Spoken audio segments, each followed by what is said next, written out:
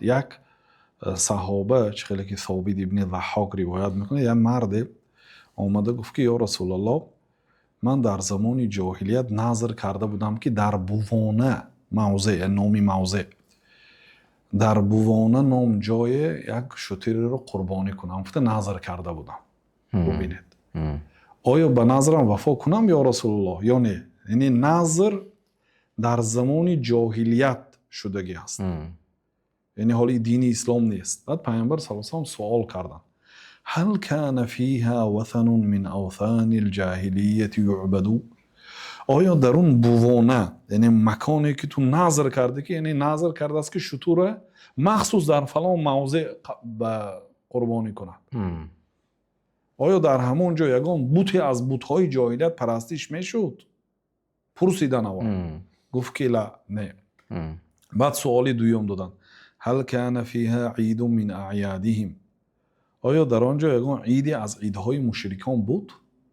یعنی در همون مکانی که تو قربانی میکنی آیا مشرکان یگان عید رو جشن میگرفتن؟ نه.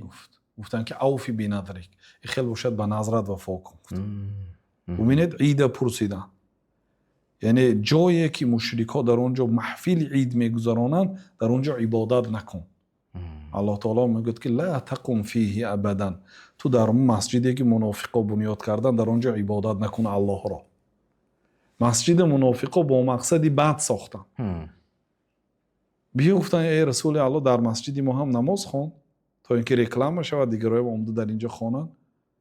پیامبر صلی الله علیه و آله نمیدونن چی کار کنن. الله تعالی که لا تقم فیه ابدا، هیچگاه در وای مسجد رفته نماز نخوان.